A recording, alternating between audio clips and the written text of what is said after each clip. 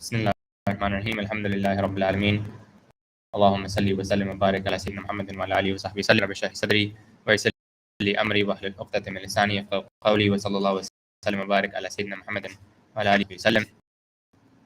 Alhamdulillah. Assalamu alaikum, everybody. Hope you all are well, staying warm. Alhamdulillah. All right, so we're gonna get into the first obstacle today. So the class we started last week is the 7 primary spiritual obstacles on the path to Allah, and it's based off of a very, very beneficial text written by the great scholar Hujjat al-Islam, Imam al-Ghazali. And so last week we just talked a little bit about the importance of having a deep motivation deep down inside to want to travel closer to Allah. It's really the first sign that, or one of the first signs that Allah really wishes good for somebody at the end of the spiritual path. They give them a sign at some point in their life, and they give them feeling in this urge, this deep urge deep down inside of them to want to get closer to Allah. And then now Imam al-Ghazali lays out, okay, once you know that you want to do that, how do you begin to tread this path? And what are the different obstacles you're going to face? Because when you want anything valuable, as we covered last time, you will have someone who's trying to take it from you. If there's if there's a protected, something super valuable that's protected in a safety box or in a bank vault, or back in the day, they used to have treasures because they didn't have banks.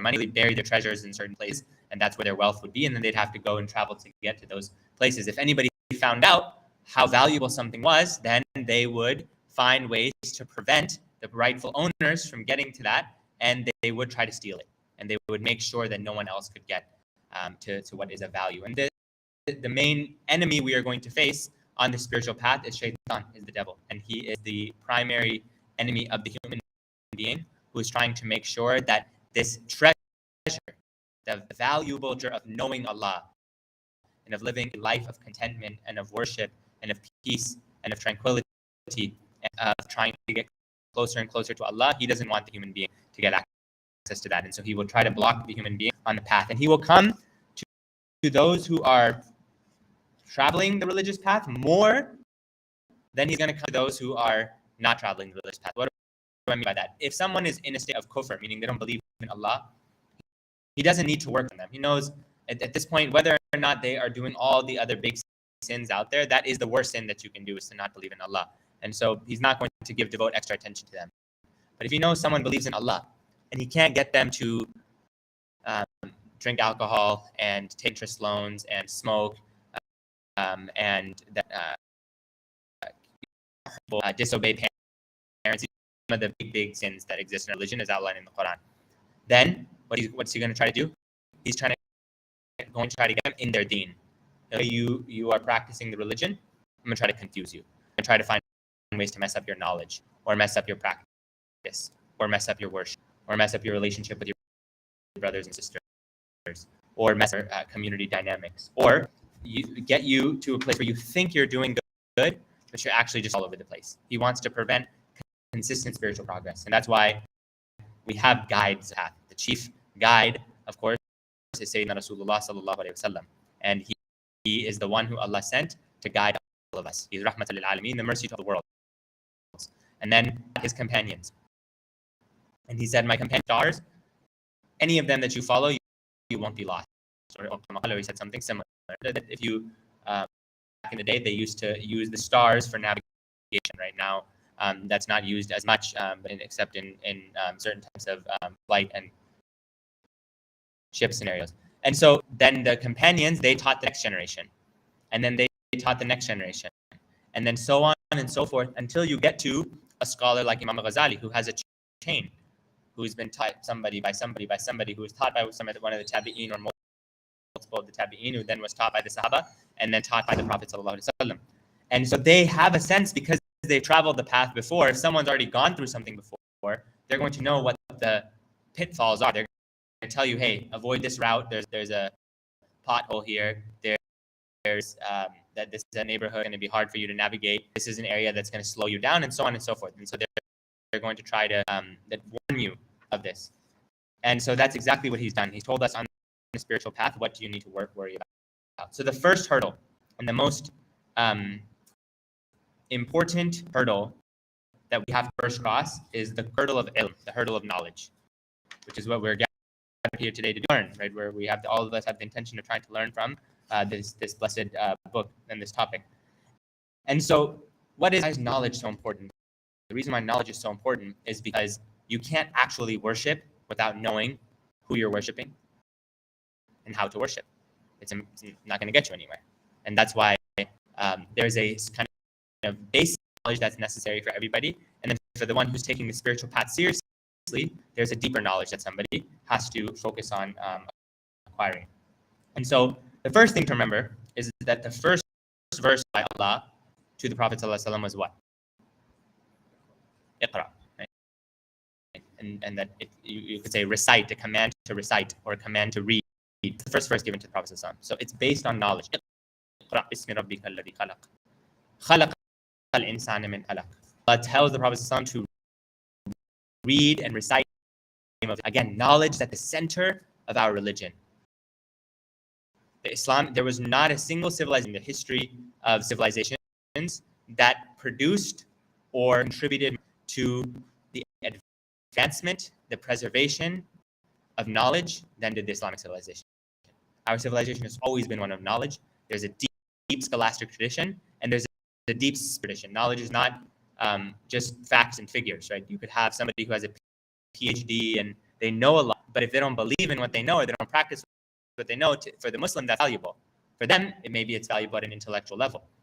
So knowledge is super key. And the knowledge that Imam Ghazali is referring to, he's referring here to spiritual knowledge that's going to help you get closer to Allah. Not knowledge that's going to make you debate Muslims, or that's going to make you angry at people, or that's going to create confusion with you, and so on and so forth. And this is why it's so important to know the types of knowledges, and we'll get into that. So this is the first verse that was revealed. Iqra, it's about knowledge. And then Allah says in the Quran that when we discussed this last time, that I did not create mankind and jinn except to worship me, he says. And then as this commentary on that verse by Ibn Abbas means that ya'budun means liya'rifun, in order to know me. And so again, knowledge is at the center of this tradition. You can live a life where every day you are learning more about Allah because you are observing what is Allah doing to you in that day. Which name of Allah is manifesting? Which attribute of Allah is manifesting? Even is this kind of a constriction that I might be going through? And maybe it's the attribute of Allah that where He is testing you, and the jalal, what I call the jalali attributes, the mighty attributes. Or am I having a blissful, situation today where I should express shukr and be in a state of gratitude? And that would be what are called the jamali attributes, the beautiful attributes of Allah, and the more gentle ones. And the person who knows Allah, the what's called the Abdullah, the Arifin, they are people, every moment they are experiencing something with Allah. Every moment they know what's going on. Okay, Allah's trying to teach me this. Okay, something happens. Ooh, what's Allah trying to? Okay, Allah is trying to teach me that. Allah wants me to turn back to Him. Perhaps Allah wants me to do. Perhaps Allah is trying to increase my patience. Perhaps I need to have more tawakkul and trust in Him. And there's this constant dynamic, and that in one day may advance more spiritually than somebody else who has no clue, who has no idea, who has no awareness. Right? What is taqwa? It's mindful awareness of Allah. They have no, and that's not. And they're just for 20, 30 years. There's no progress spiritually. They could even be Muslim, but there's very little progress because in every situation that Allah puts them through, they don't see Allah.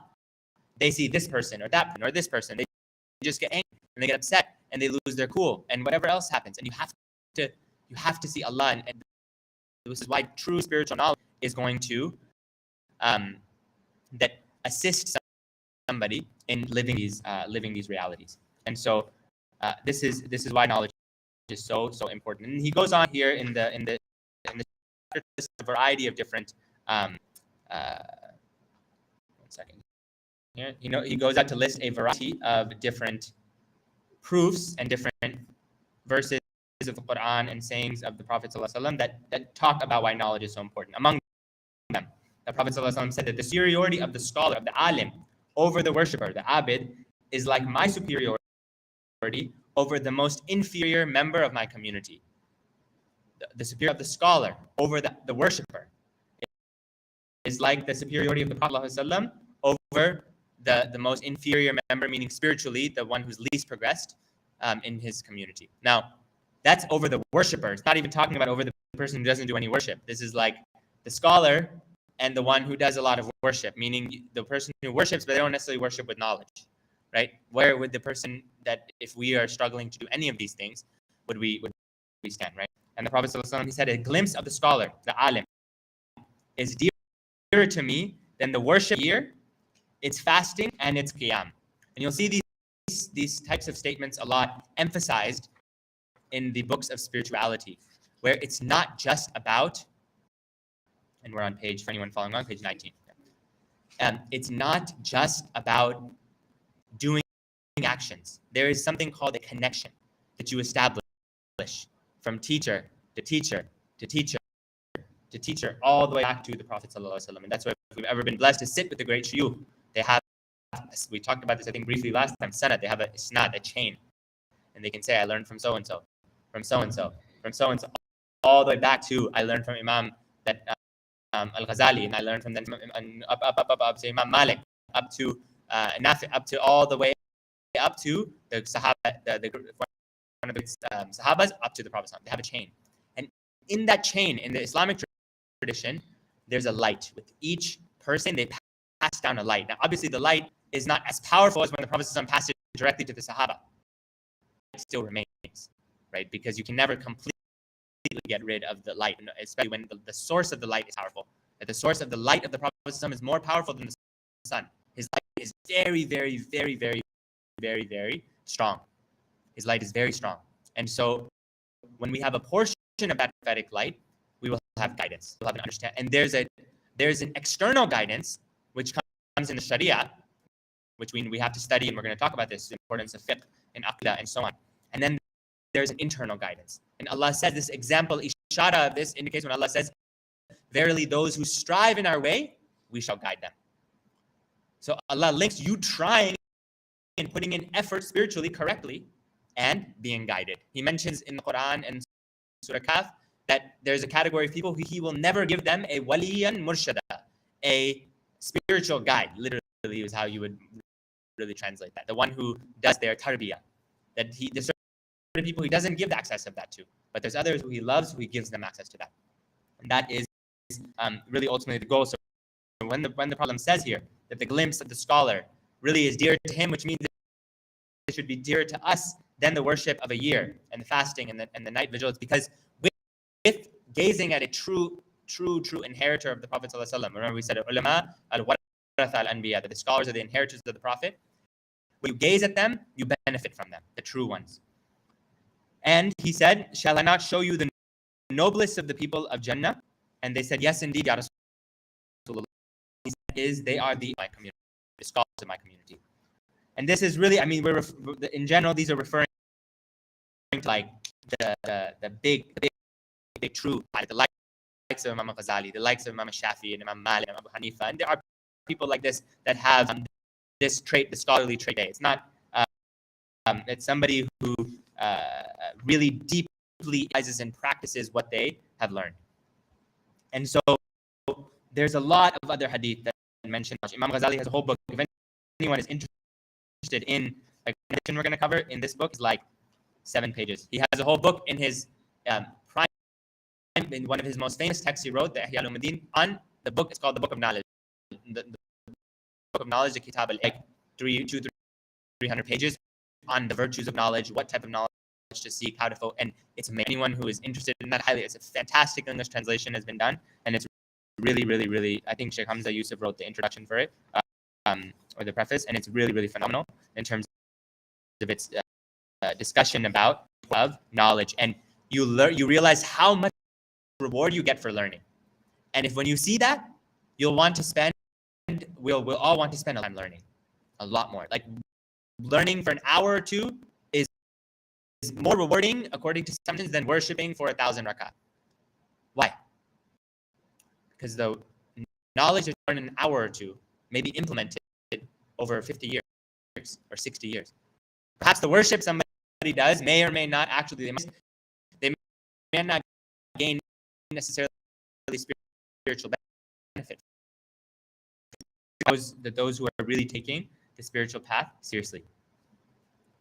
And that the great Salaf al-Basri, that he said, seek knowledge in a way that doesn't mess up your worship and your worship routine, and worship in a way that doesn't do harm to knowledge. I think someone might have asked this question last time, and you balance the two, right? Meaning that there should be a portion for extra prayers, a portion obviously for the fard prayers that's essential, but a portion for extra salat, a portion for Quran, a portion for doing your extra adhkar, and so on. And then there should be a portion for knowledge. And the beautiful thing in our time is we have to read it. I mean, reading is amazing, but we can listen to a podcast, listen to a lecture. There's like online academies. There's so much we can do while we're just on the go. If we could just take 1/10 the amount that we spend on Netflix, the World Cup, NBA, all these other things, the news, CNN, everything else that we're caught up in, and then perhaps if we're listening to anything, even if we're listening to the radio or Spotify or whatever it is, and just take a portion of that time, not even all of it, and say, I'm going to listen to something beneficial. Over the course of 5-10 years, we will have learned like a lot, because an hour a day, 30 minutes, 20 minutes on your commute, it really adds.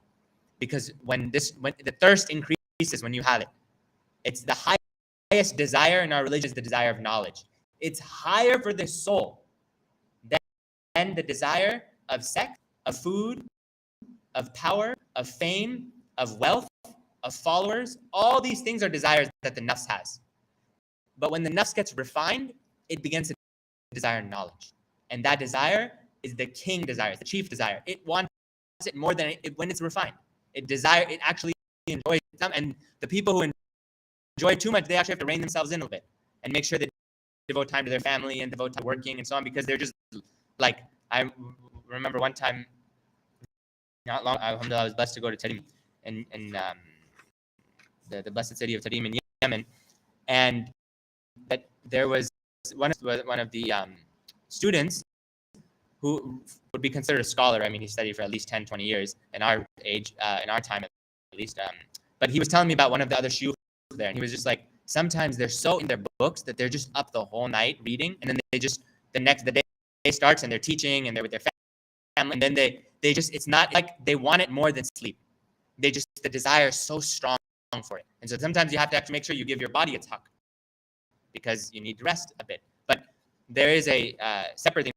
When someone spiritually begins to tread the path, the dhikr, ilm, have a light that can power somebody kind of like sleep can. You notice this in Ramadan, where you don't sleep as much, but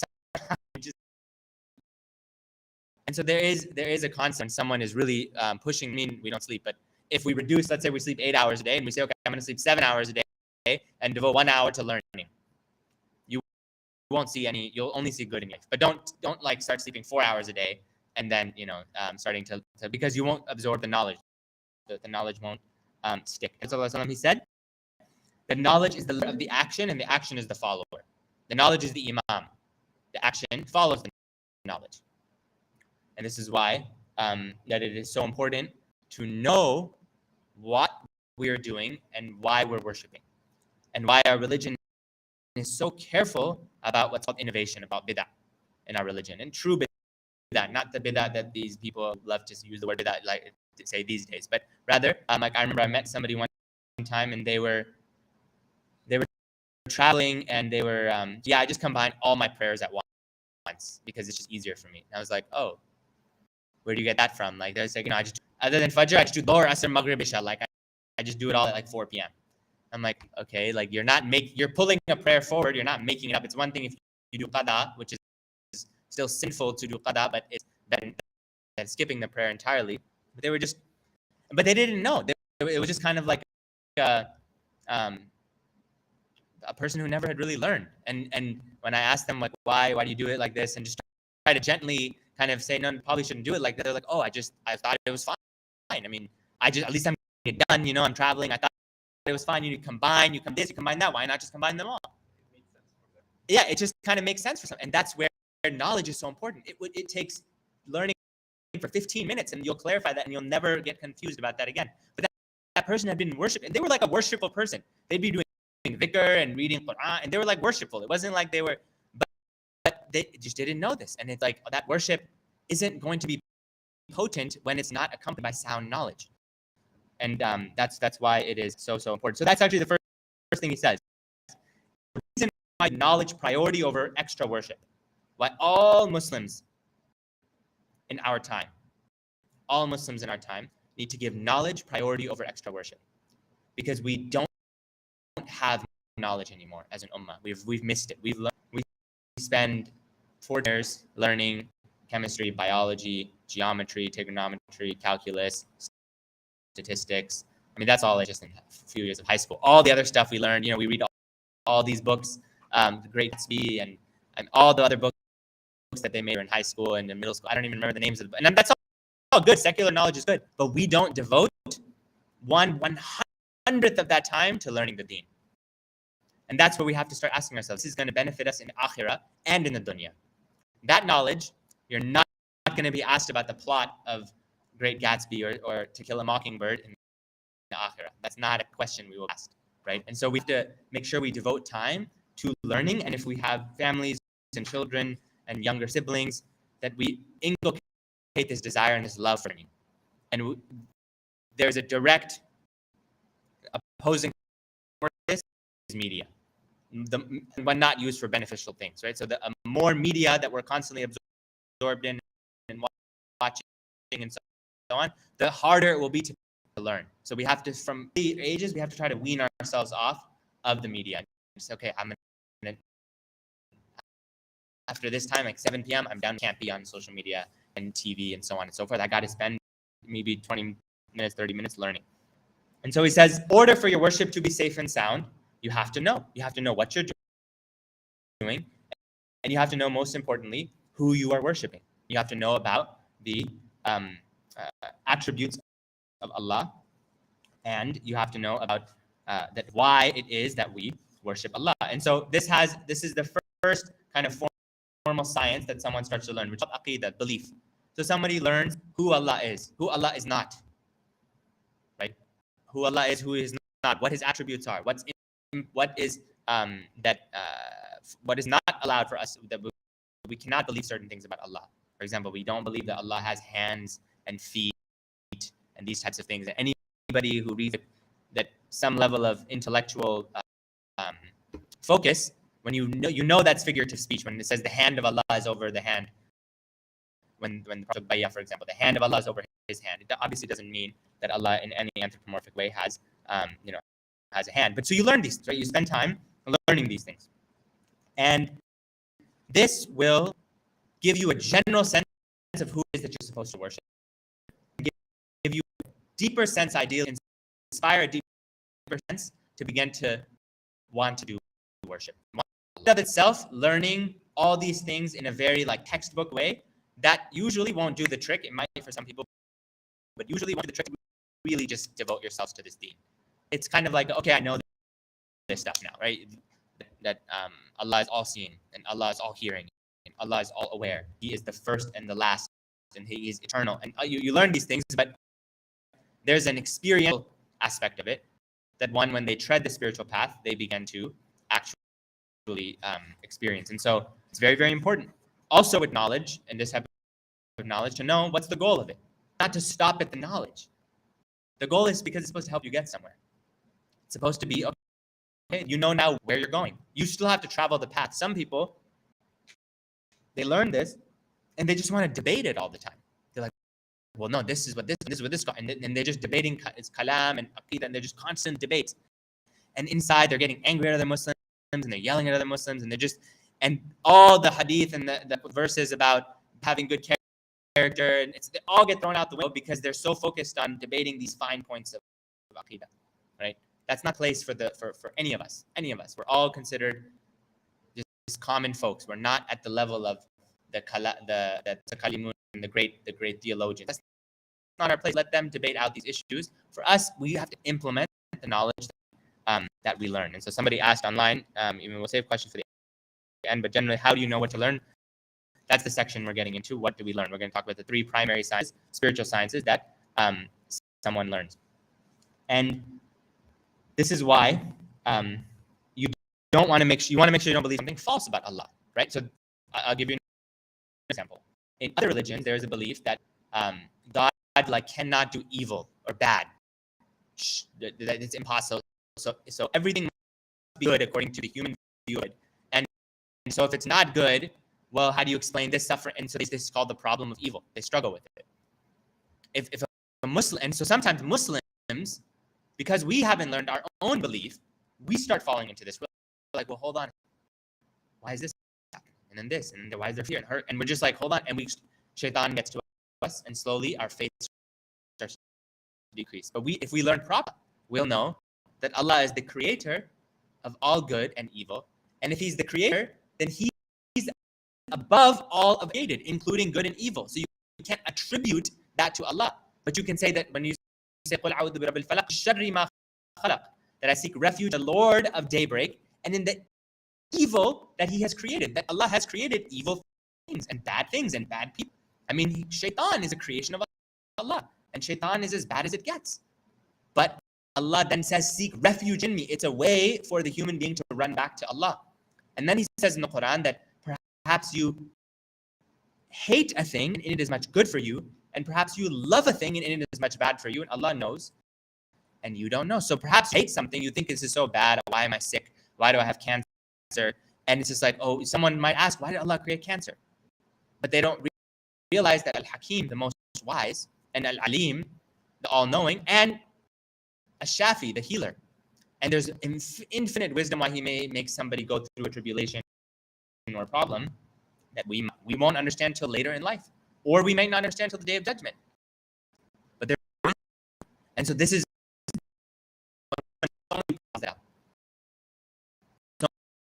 problems. One of the things, a lot of people are in tribulation, stress, anxiety, issues at home, issues with sicknesses, not being able to have a job, losing the job, all sorts of problems. And so we think our usual assumption, because of the framework of the society we live in, is if something is happening, something must be wrong. But that was never the Islamic framework. It's never this. If something difficult is happening to the Muslim, could have done something wrong. That's true. We could have made a mistake, and Allah is that a mistake through pure sins, or it's a sign of Allah's love, because when Allah loves somebody, He tests them. We know this in the Hadith. But it's a very strange concept, because for a human being that doesn't happen really. You don't really, like, if you love someone, you're not going to test them, not really. But that's the sunnah of Allah. That's the methodology of Allah.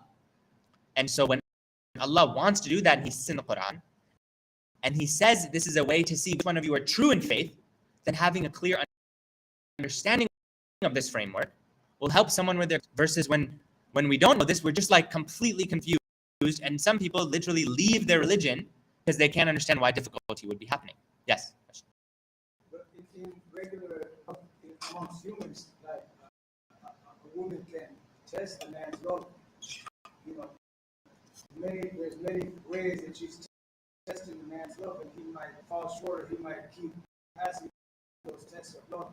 Right. Because you have to prove your love to a woman if you want to be with a woman. Yeah. Vice versa. So I'm saying even amongst men and women, they have that concept. Right. Yeah. It exists to a degree in creation, but usually with regards to, for example, if you love your child, the human being, the way the being is wired is you're not going to give your child a sickness because you love them. But Allah, because He loves somebody, may test them more in this life than someone He doesn't love. You could have a believer who has no problems whatsoever, and you could have a believer who has to bury 7 children alive, who has over a dozen assassination attempts on their life, who has all sorts of sicknesses and illnesses, who has to carry the fever of multiple people when they get a fever, who has people throw rocks at them when they try to deliver the message.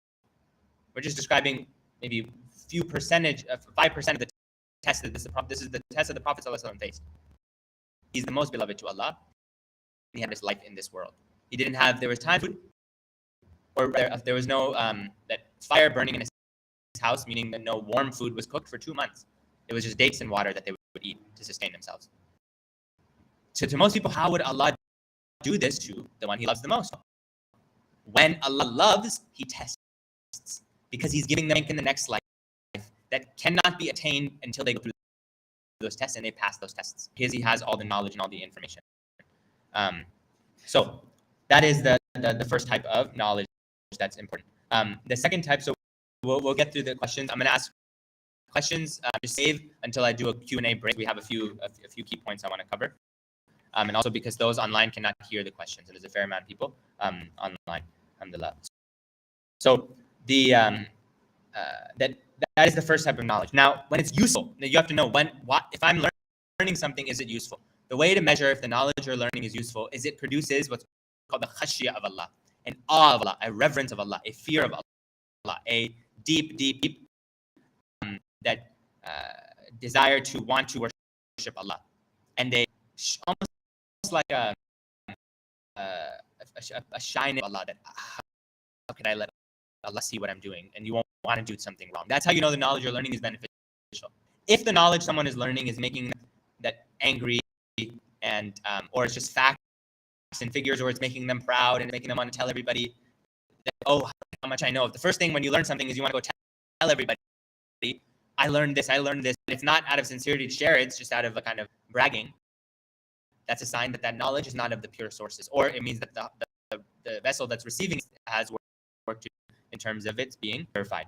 And so true knowledge will make you feel humble and reverential awe to Allah.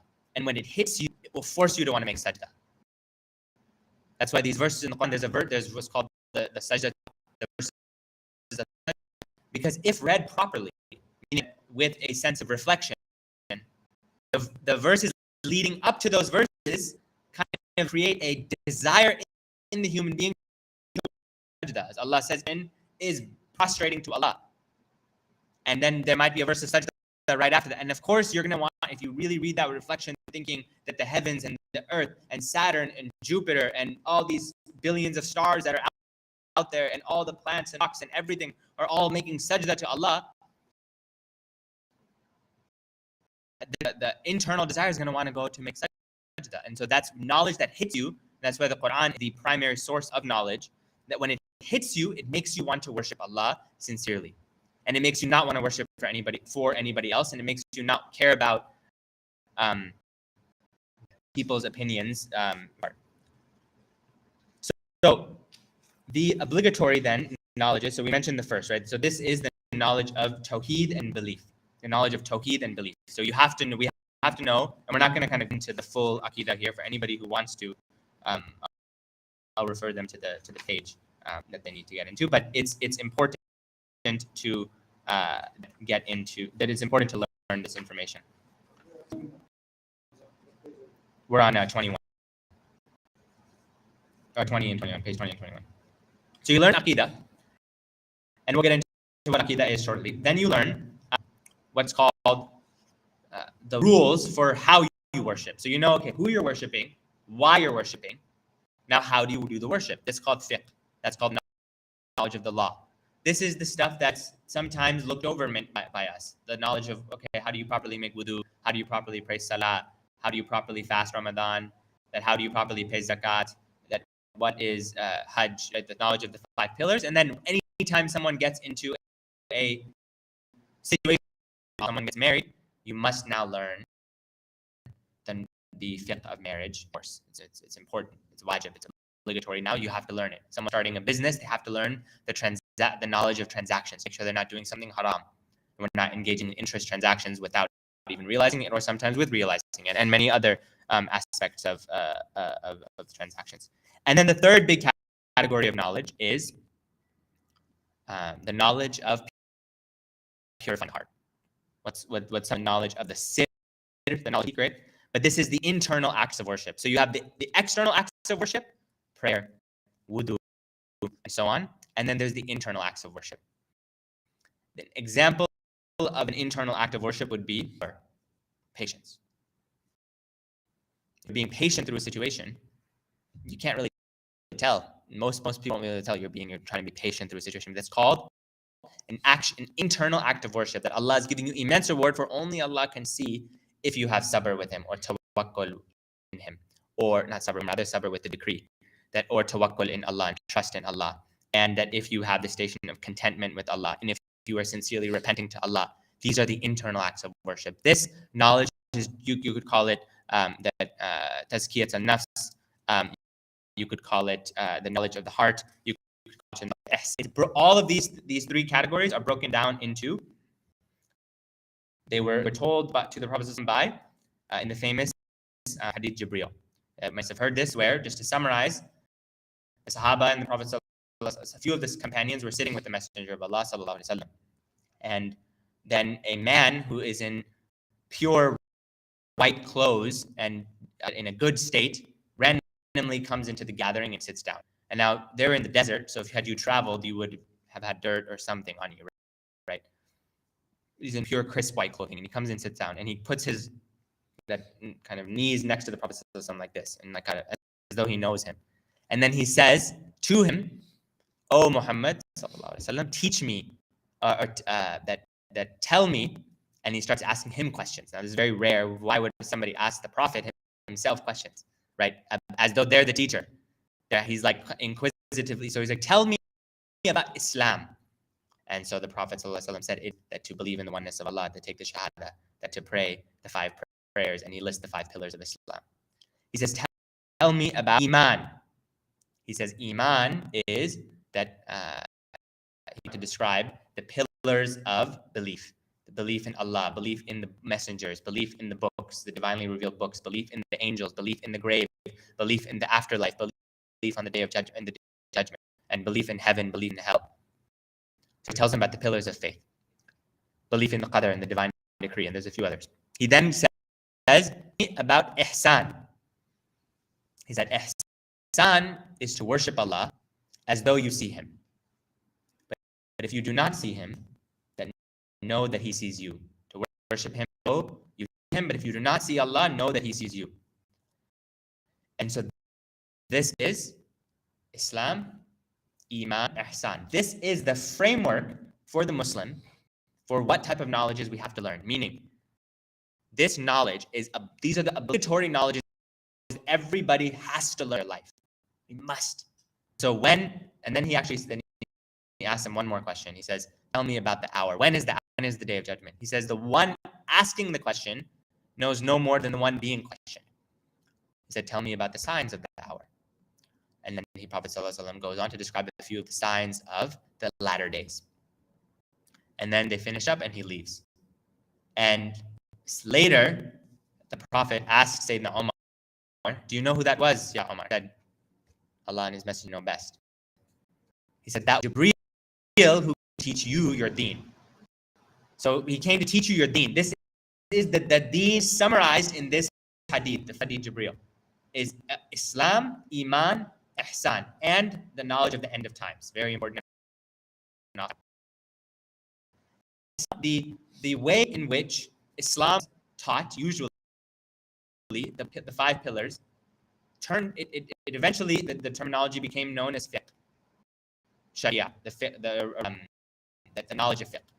So the rules, the laws, how do you pray?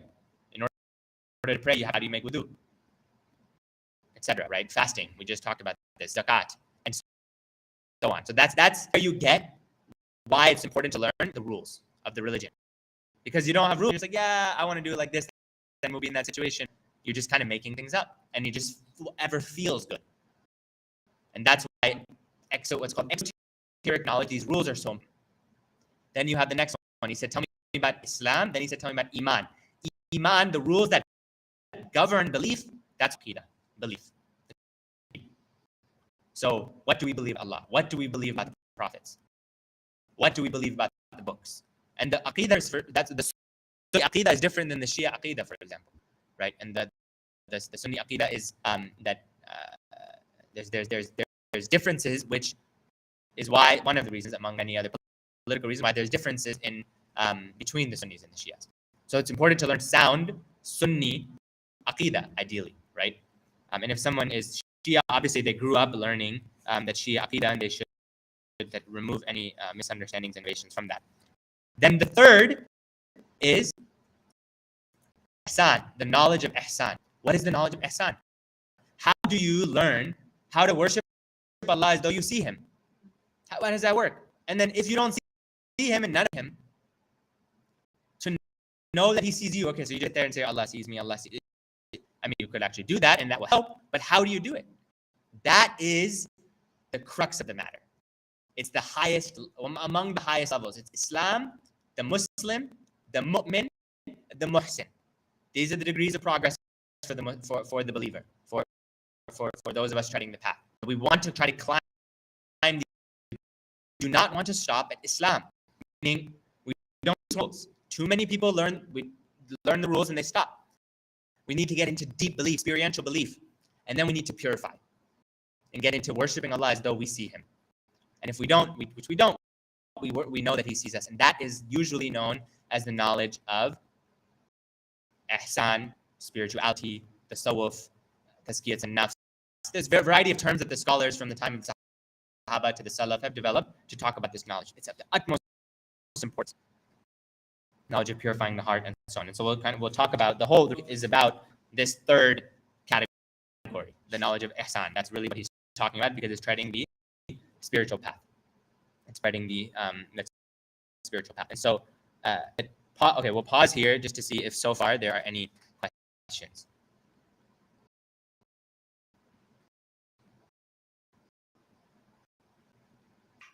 Okay, nothing. Any questions online? Okay, yeah. Okay, so we'll then continue. The framework then that someone should use for all of these benefit me in the next life. So you have to know enough to make sure you can get through this life such that it will benefit you in the next life. You don't want to learn so much in category that it's like beyond the point of benefiting you.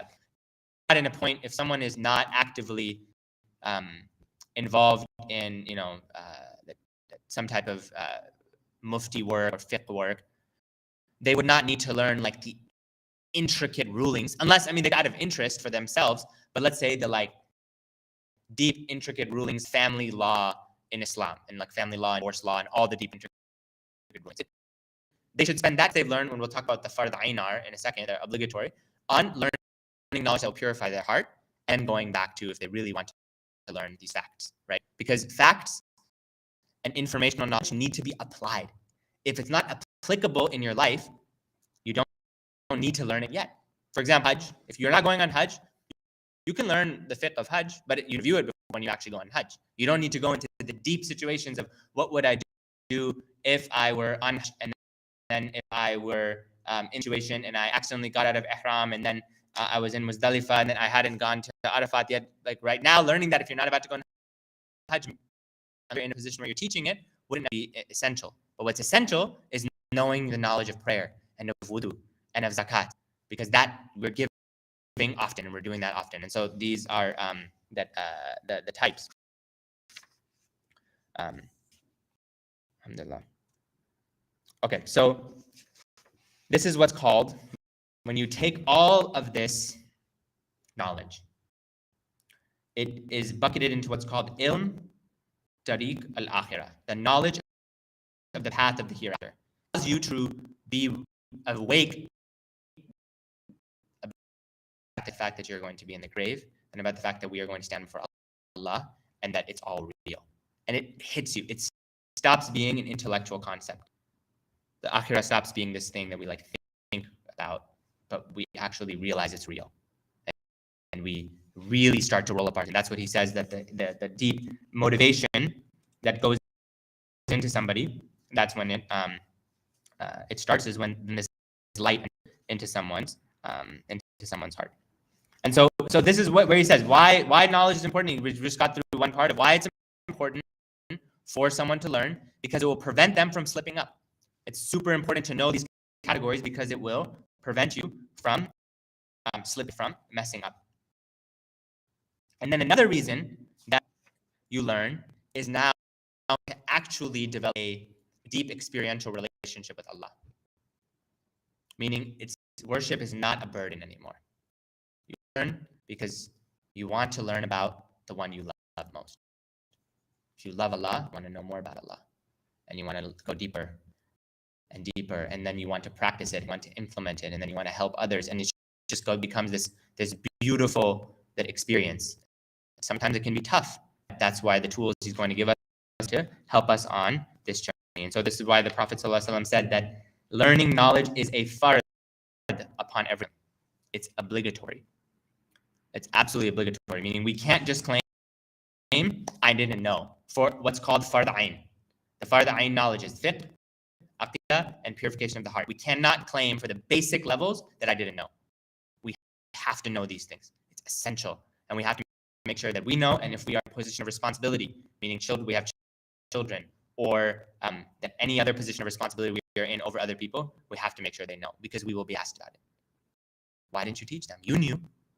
You taught them everything else. You enrolled them in school. You did this, but you didn't teach them these knowledges. And ideally, that we should at least from an early age teach them, onto an experienced teacher, teach them the rest. If we don't, if we don't know. And know in the hadith where the Prophet ﷺ said that sleep based on knowledge and salah based on jahiliyyah, based on ignorance, that for the one who acts without knowledge spoils more than he or she improves. If someone, what does that mean? That the scholar who knows, or the person who's spending time learning, their sleep is better than the person worshiping Allah but worshiping incorrectly, just thinking that they're doing it right. Because our knowledge is not based on false sincerity. What is that? What is false sincerity? It would mean that someone is like, well, I really want to try, and so I'm just going to but this doesn't make sense to me, so I'm not going to go with this, but I'm just going to go with what does make sense to me. I'm going to try it out, and I think this is going to work in my religion. And we pick and choose parts, and we leave what we don't like, and we do it. That is a very dangerous sign. That means that the nafs is sitting on top of the intellect. There's a whole separate internal spirit world we'll get into later in the book about how your world is governed inside. It's called the nafs, and what's called the aql. So in self, and then the intellect. The intellect is supposed to govern the nafs. It's supposed to be on top. It's the boss. But for most human beings, it's inverse. With the nafs, and it's telling the intellect, do this, now don't do this. Now, and it's the desires are governing the intellect. But the one who learns, the purity of knowledge will get to this, that the aql starts to be on top, and it stops being the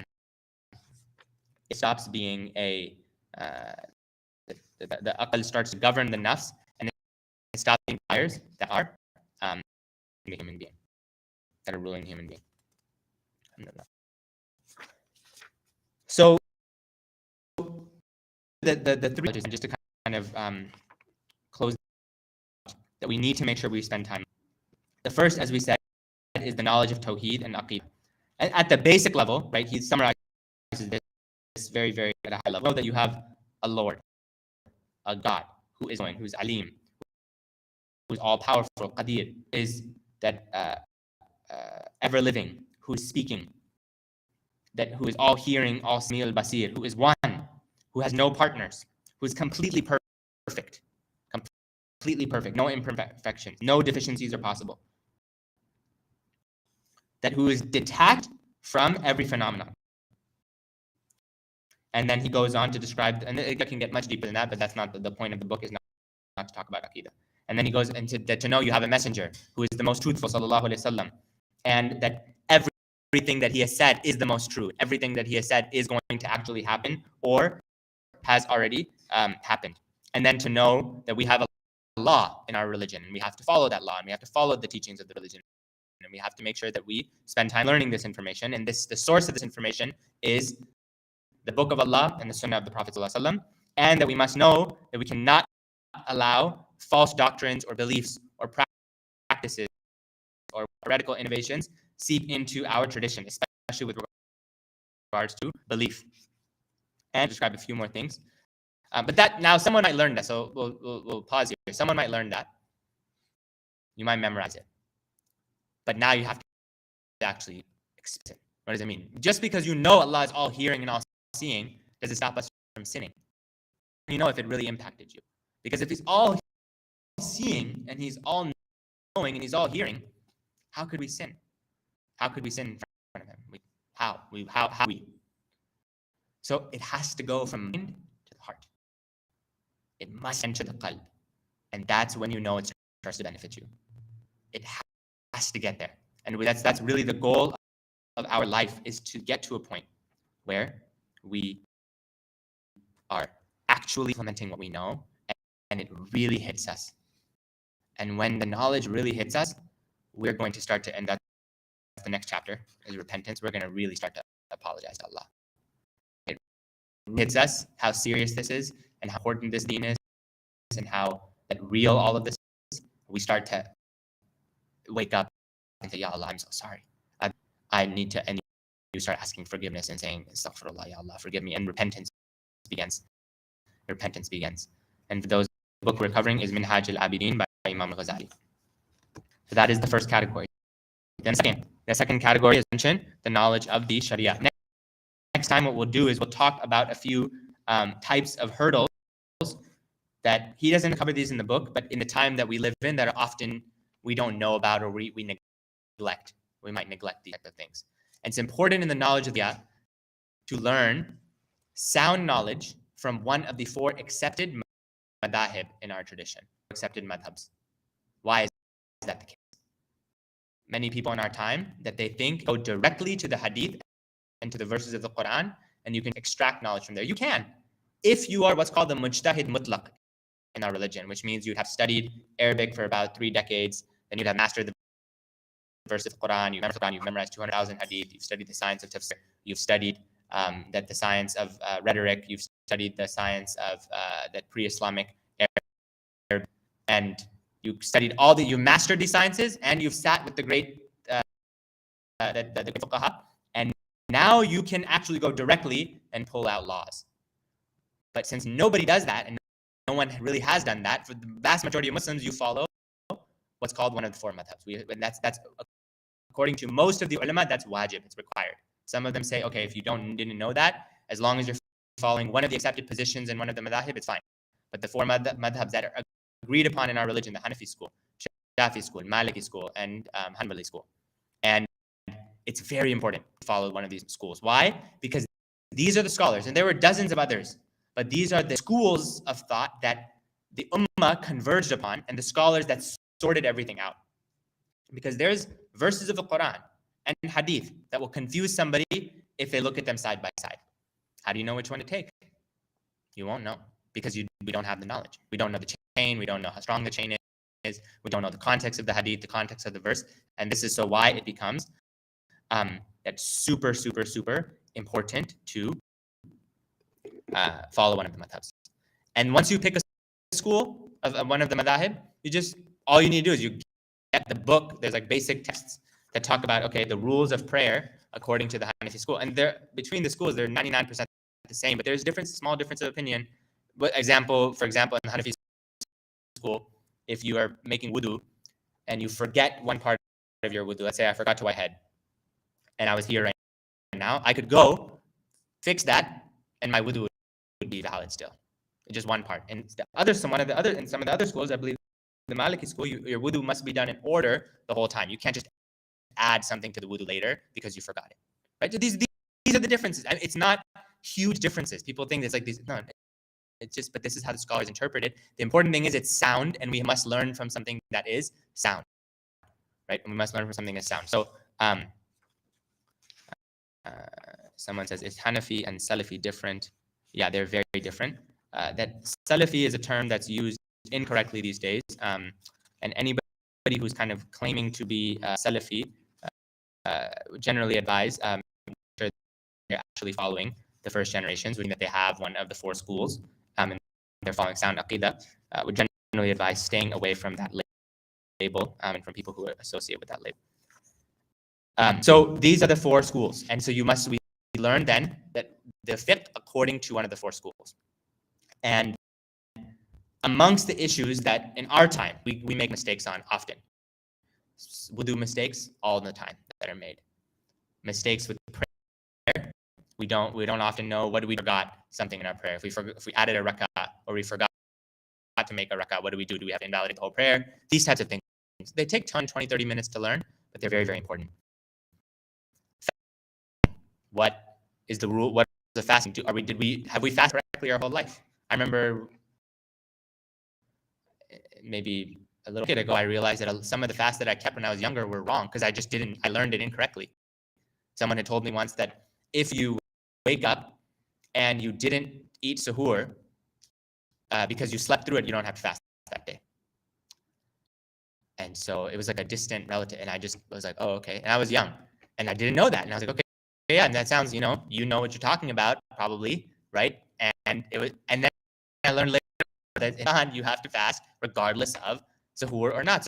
Suhoor is a sunnah, and the fasting obligation is for everybody that from the time that Fajr first enters, right? Little things like this, that all sorts of us, and these are issues. They seem small. In fiqh, it's kind of dry, but it's so important.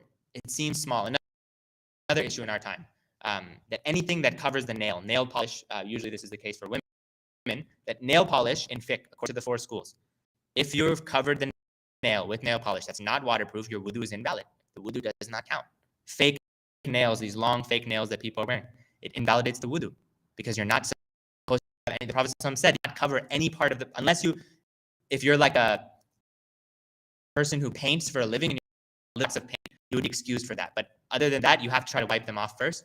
But to just fully, for the sake of beauty, have that on and to pray and to just ignore the fact that it is required to take it off and required to that make sure the wudu is done properly. But the types of things many people, and I know it seems like something small, and they'll have heard all sorts of arguments. Well, no, you're allowed to wipe over the khuf, so it's similar reasoning, and so you must be allowed to wipe over the nail when it has. And you're just like, where's the hadith that says that? You can't just make that up, right? This is what's called qiyas, analogical reasoning. Someone who's not a scholar is not allowed to just come up with an analogy and reason their way into fiqh.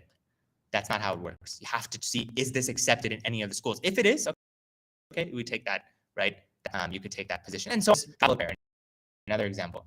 People think many times we think in traveler's prayer that, for example, the Hanafis, their travel is 2 weeks, usually. So if you go to a place and you're going to stay for 14 days or less than 14 days, you're considered a traveler, meaning you can shorten your prayer. The Shafi'is will say it's 3 days. And I believe the Malikis will also say 3 days. I'm not 100% sure. 3 days. The Shafis and the Malikis, they combine. They do what's called qasr wa jam. Short and combine. You can combine Dhuhr and Asr. You do 2 and 2 while traveling. You can combine that Isha and so on. You don't combine in any of the schools. Often we will take 2 of the madhabs and we'll merge them. We'll merge both opinions. Hanafis do not allow combination of prayers except in Musaf. And so we'll say, well, I can combine and shorten for 14 days. Well, if you have a proof for it, that's one thing. But usually, it's pretty difficult to find a proof for something like that. Either you follow one, or you have to have, and they have their traditions. And you don't even need to go, when you follow a school, you don't need to go digging into the proofs behind the school. You will confuse yourself. Because there's so many hadith and verses and that analogical reasoning and so much that has been done, that unless you are a scholar who's devoted themselves to this to go and try to figure out, well, what's your proof, this is going to confuse you. Let the scholars who've sorted this out and spent over 1,400 years, these schools have been sorted out, let them handle it, and we focus on worshiping Allah properly and trying to get close to Him. And so this is an example. We have to learn these things, right? Wiping over, I'll end this example when it comes to the fiqh. Wiping over the socks. Things out there that are usually according to, these quote-unquote Wahhabi opinions, that you can wipe over so you go and buy socks from Target. What's called khuf is a leather sock, which fits on various riwayah that Imam Ali transmitted, and many of the books of fiqh, sound hadith, where if you make wudu and you put on a leather sock, you can wipe over it. What you do is you don't have to wipe under it, literally wipe over it. You use 3 fingers, you wet your hands over the sock up to the ankle. And so if you break your wudu, let's say you put it on it, you made wudu, you put that sock on at Fajr, and then Dhuhr Asr, you just have to wipe over it. if you break the wudu, right? And that's valid for a day if you're a resident and 3 days if you are traveling in most of the schools. Now, that doesn't work for just like a random sock from the store. It has to be a leather sock or specific wudu socks, which are that they make sure they follow the Shari requirements of those leather socks that they have. They can't. It's something like if you walk for a mile in them, they won't rip. Like they really have to be deep in terms of the deal. So just to make it up and say, no, we can do it over any sock because it makes it easy, that would be risky. Or madhabs don't accept that. Right? Accept eating McDonald's meat and thinking it's halal. If you eat it knowing it's haram, at least you know it's haram. But to think it's halal and to be like in a country that's Christian and then from the Christians and the Quran says that you can eat the book, the meat of the people, and we just like extrapolate. And we're like, well, if it suits my desire, so I'm going to follow it. These are the things that they add over time, little things, and the next thing you know, we're doing according to four of the schools of Islam that exist. All four of them say we're doing something haram, and we're just like confused as to why we're not progressing spiritually because we never learned, and we're just stagnant, and we're stuck. And so it's very, very, very, very important to learn. And so we'll wrap up with this, and I see a few questions, and then we'll get to the questions.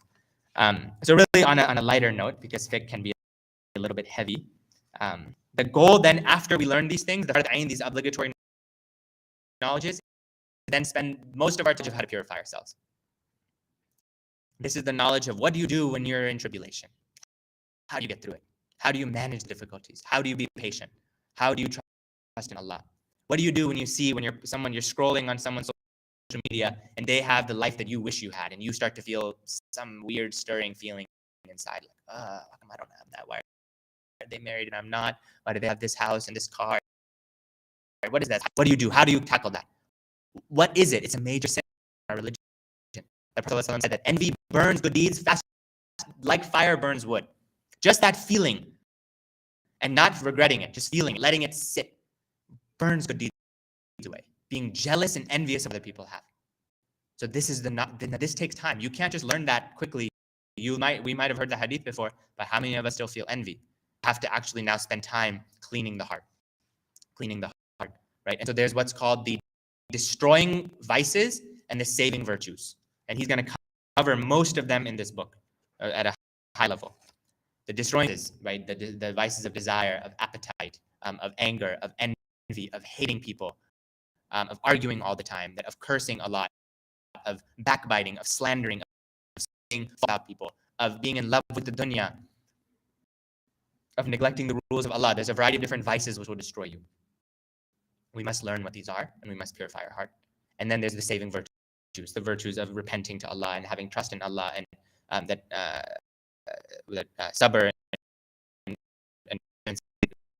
and that relying on Him and being detached from the dunya and not obsessed with the dunya, and having a deep sense of love with Allah and prioritizing the next life. And there's a variety of different other traits. These are the adornments of what you do is you remove the bad from the heart, you start adorning it with beauty, with good, and then that heart at the end becomes radiant and it becomes full of light and nur. And then the nur becomes so powerful that it starts to spread to others.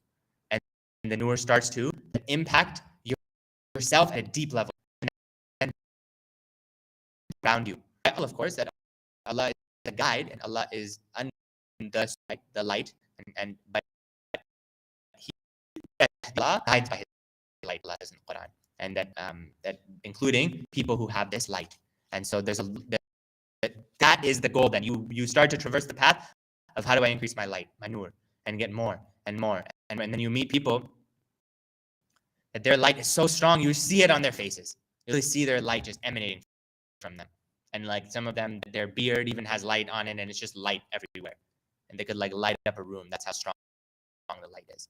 And the Prophet saw sometime he walked into a room, and that they had dropped a pin. And just his face, they were able to find the pin that they had dropped, because his face was radiant. Is radiant. Not everybody could see that light, but those who Allah had, they were able to see this, see this nur and see this light. And so this is the importance of purifying the heart.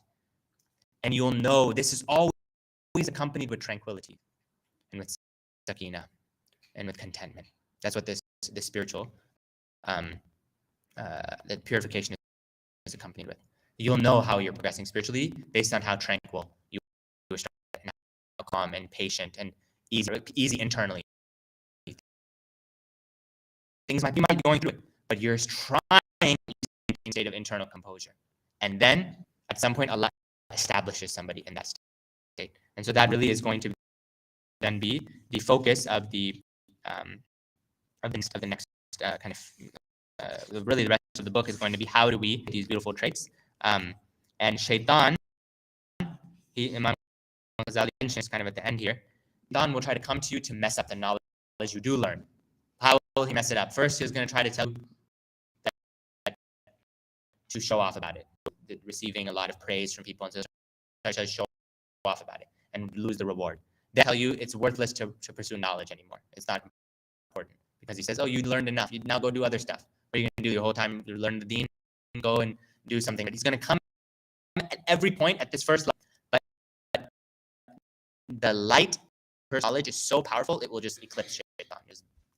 Why Prophet said that Omar, you take one path and Shaitan takes another. His light is so strong. Shaitan can't handle it. He's just like, yeah, I'm not gonna. No way am I messing with Sayyidina Omar.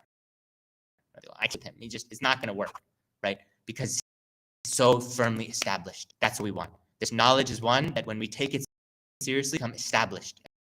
And Allah gives us that firmness and istiqamah.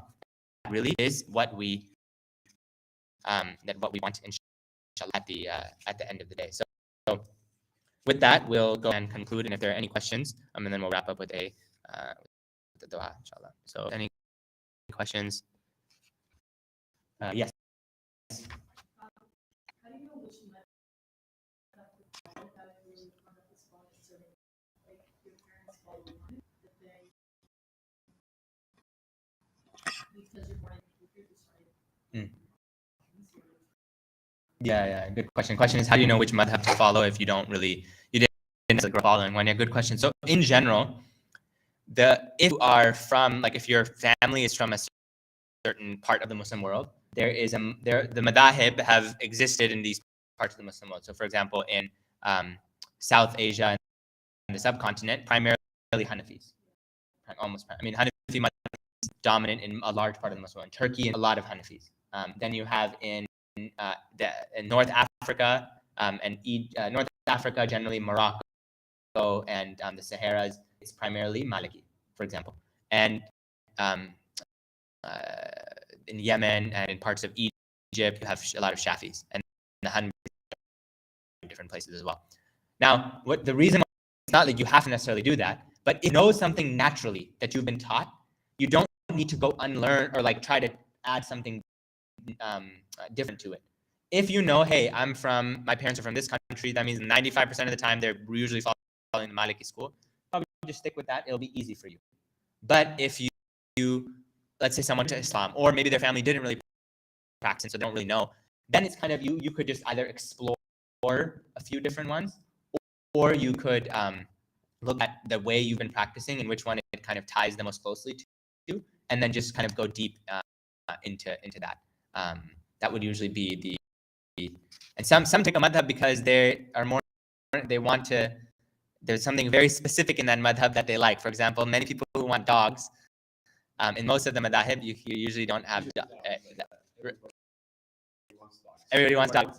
Everyone wants to be Maliki, right? Because in the Hanafi school, Shafi school, and I believe in the Hanafi school as well, that you should not get a dog because it's najis, that it would be pure. You'd have to make your wudu all the time. But in the Maliki school, guard dog permitted, and there's probably rulings for other types of dogs as well. So that sometimes might even be a reason someone's like, yeah, I want to be Maliki, right? There's a variety of kind of reasons why. Usually pick one that's easy, that works for, it's kind of expensive. It's easy and it's expansive, and you can do a little bit of research to figure out which ones are kind of easy and expensive. Like follow a method with your teacher.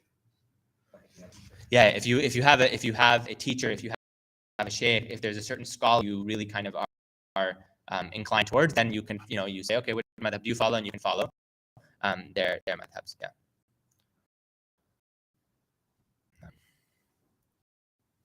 Yes, question. I've heard a lot that like it doesn't really matter which one you pick. The important part, you stick to it. Like, what's the importance of saying just stick that one that you chose? Really good question. So the question is that it's not necessarily about which one you follow, but the fact that you stick to it. And so what's the importance of kind of sticking very much to a specific school? Yeah, so in general, that's exactly how it is. It's you should pick a madhab and then you should stick to it. It's like, okay, to the rulings for the school. What you don't want to do is become like so rigid in it that when you need to take a difference of opinion, you're just like unwilling to. And you're just like, no, you're just so staunch about it, because sometimes difference of opinion is needed in order to make things easy, right? And that's up to that individual person, and like how much rigor they want to apply to themselves, right? But for 95 to 99% of things, it's very, very, very important to stick to it. There might be other, I'll give you an example. There might be a circumstance where someone's at Hajj and you're, you might be with your wife or your sister or your daughter, and her cycle comes. And now some of the madhabs are very strict in terms of what's allowed when you have yet to complete all of your rites for Hajj, and what's allowed in terms of tawaf and entering the Masjid al-Haram and so on and so forth. Others have dispensations that you can do something and then pay a significant amount of expiation for that, right? And so you might just say, okay, I might need to take a difference of opinion in that, right? And so there may be certain circumstances, but for the most part, what you want to avoid, I think this might be what your question is getting at, is you just pick and choose everything that's easy, right? And you're just like, oh, with this one, I want to have a dog here, and I want to do this, and I want to do that, and I want to do that. And so you just start to now, and you're just combining, and you're essentially creating your own because you just decided to combine. There's other examples. For example, the fast of Shawwal in Ramadan. The hadith says that whoever fasts 6 days in Shawwal, 6 days in Shawwal, it says though you fasted a whole year, because you get 30 in Ramadan, 30 times 10, 300, 6 times 10, 300 roughly days in the lunar year. So the reward of fasting a whole year. Now, most of the schools said that has to be in Shawwal. In Shawwal. The Malikis, Imam Maliki said no, it says min Shawwal. He says it means from Shawwal. So it could be from Shawwal to the next Ramadan. Now that's not a fard. It's not a fard. It's like kind of like up to you. So sometimes you want to take the Maliki opinion on that. You have a sound opinion there, right? It's Imam Malik ibn Anas who has that opinion. But that would be like an example of a time where someone might take that ruling, but it's not like that's really something like super core. It's a sunnah action. But it is important to try our best to stick to it, and to learn, at least study what's called a basic text in one school. And we'll talk about it with Hanafi school. Imam al-Ghazali, he's Shafi.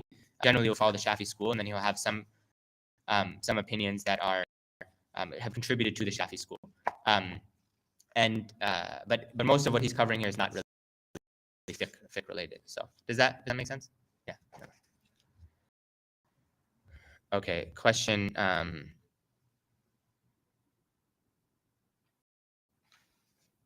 Online. Do you recommend a book that may strengthen my tawheed? Yeah, if you really want to, if you're, it's a little bit of an advanced text, but if you really want to dive deep into tawheed, read, it's called by Imam al-Ghazali, Kitab at-Tawheed wa Tawakkul. Kitab at-Tawheed wa Tawakkul. Question, what do the schools think about whether or not face veiling is required for hijab? Yeah, some of the schools have said that it is, but most of the schools, that there are strong opinions that it is not, that the hijab be the niqab. And it's called the custom and culture that you are in. And so there's going to be difference in that. Okay, any other questions? Nothing? Oh, yes. I think I missed it. You're saying that 3 months of knowledge are required is Yeah, the 3 types of knowledge that are wajib to learn. It's obligatory, and we will be asked about this. Fard ayn knowledges.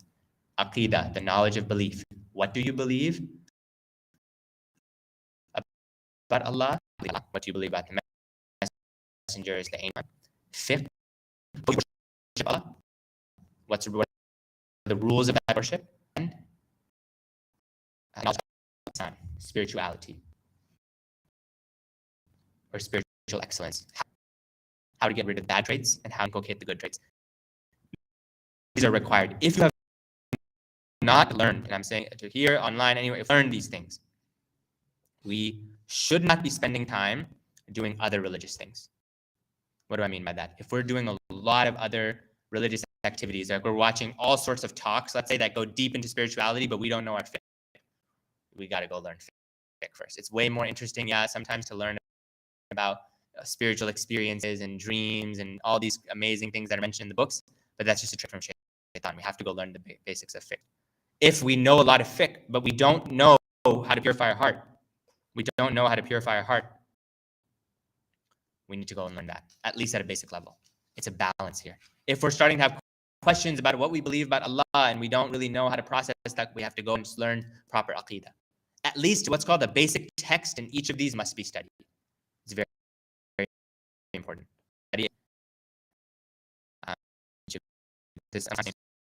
Ihsan means spiritual excellence, virtue. Spiritual excellence is a way of translating it, and there's kind of other ways. So you use those two words. It's either called ihsan, it's called tazkiyat an-nafs, or it's called tasawwuf. Those are the usual words. Purification of the nafs, tasawwuf, which is the term used, Sufism, Islamic Sufism, the term used to describe the people of the bench, with the people of the Sufa of the Prophet, and they were purity. They were people trying to constantly purify themselves. That's one of the etymologies of the word. Or the knowledge of ihsan. The point is purify the heart. That's the point. What term you're comfortable using, it's kind of up to you. Some people have a little sensitivity to certain terms, but really the goal is, to learn it. Yes. For the stuff that are part, how do you start learning? Should I just do it? Yeah, good question. Okay, yeah, really good. So for the stuff that's obligatory, how do you start? Okay, so there's a rank order of what's preferred and then what's possible, and it's on a spectrum. What's preferred is you ideally sit with somebody who is sound, who would be considered an alim in that specific science, a scholar in that science, and you learn from them. So if you can kind of find, there's, classes, whether it's done virtually or in person, that are being done regularly in the Bay Area through various institutes that we could probably find.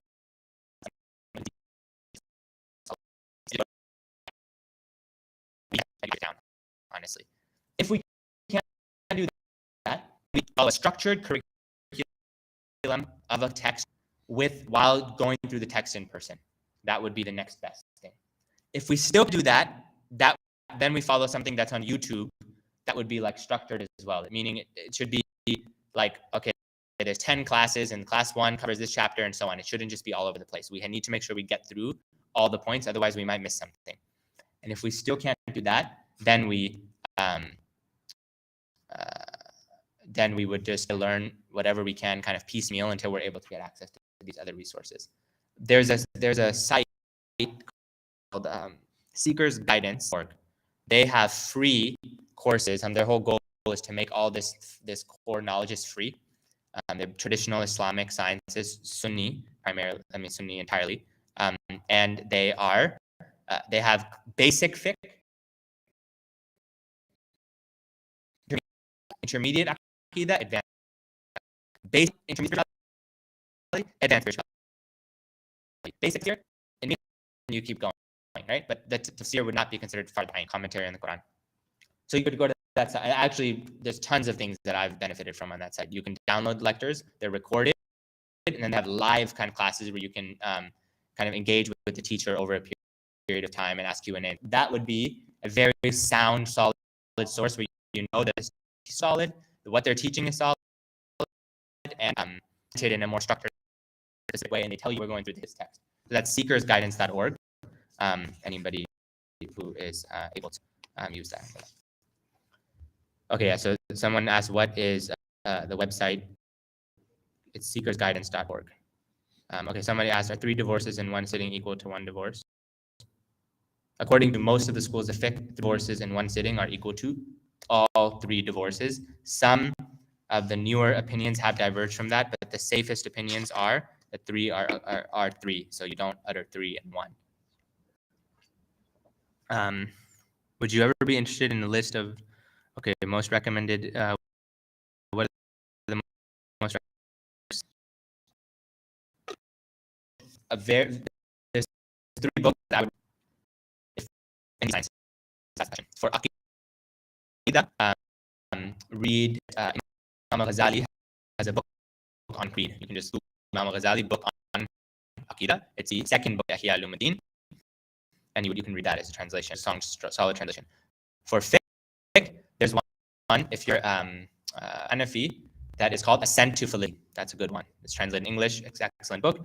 And for spirituality, the one I would start with is not the one we're covering right now, but one we just finished covering, which is called the Book of Assistance by Imam al-Haddad, or or Purification of the Heart by Shaykh Hamza Yusuf. Okay, other questions?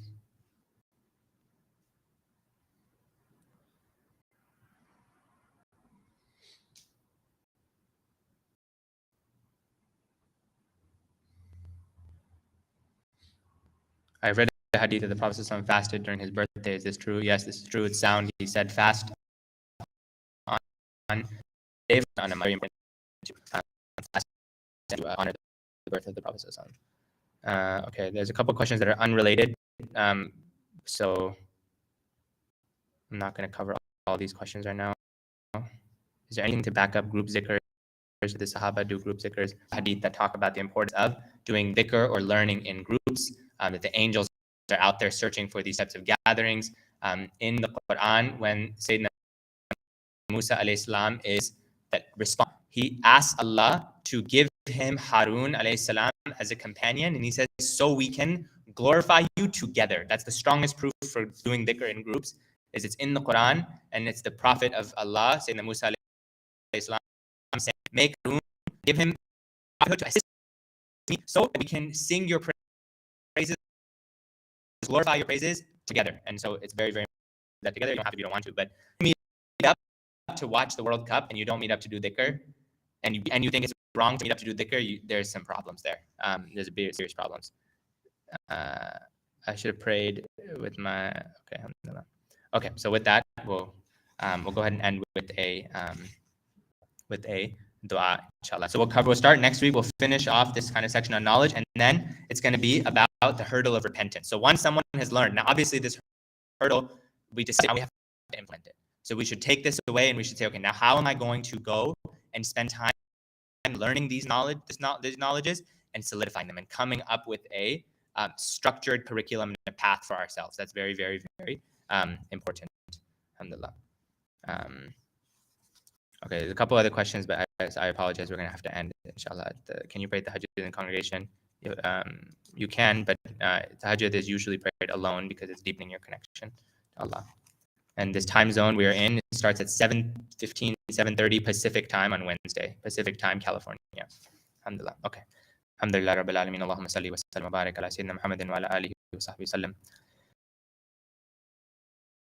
كنت من الظالمين ربنا ذرسنا من لم تغفر لنا وترحمنا ونكوننا من الخاسرين ربنا أفرغ علينا صبرا وثبت أقدامنا وانصرنا على القوم الكافرين ربنا تقبل منا إنك السميع العليم وتب علينا إنك أنت التواب الرحيم يا Allah, Ya Rahman, Ya Rahim, Ya Kareem.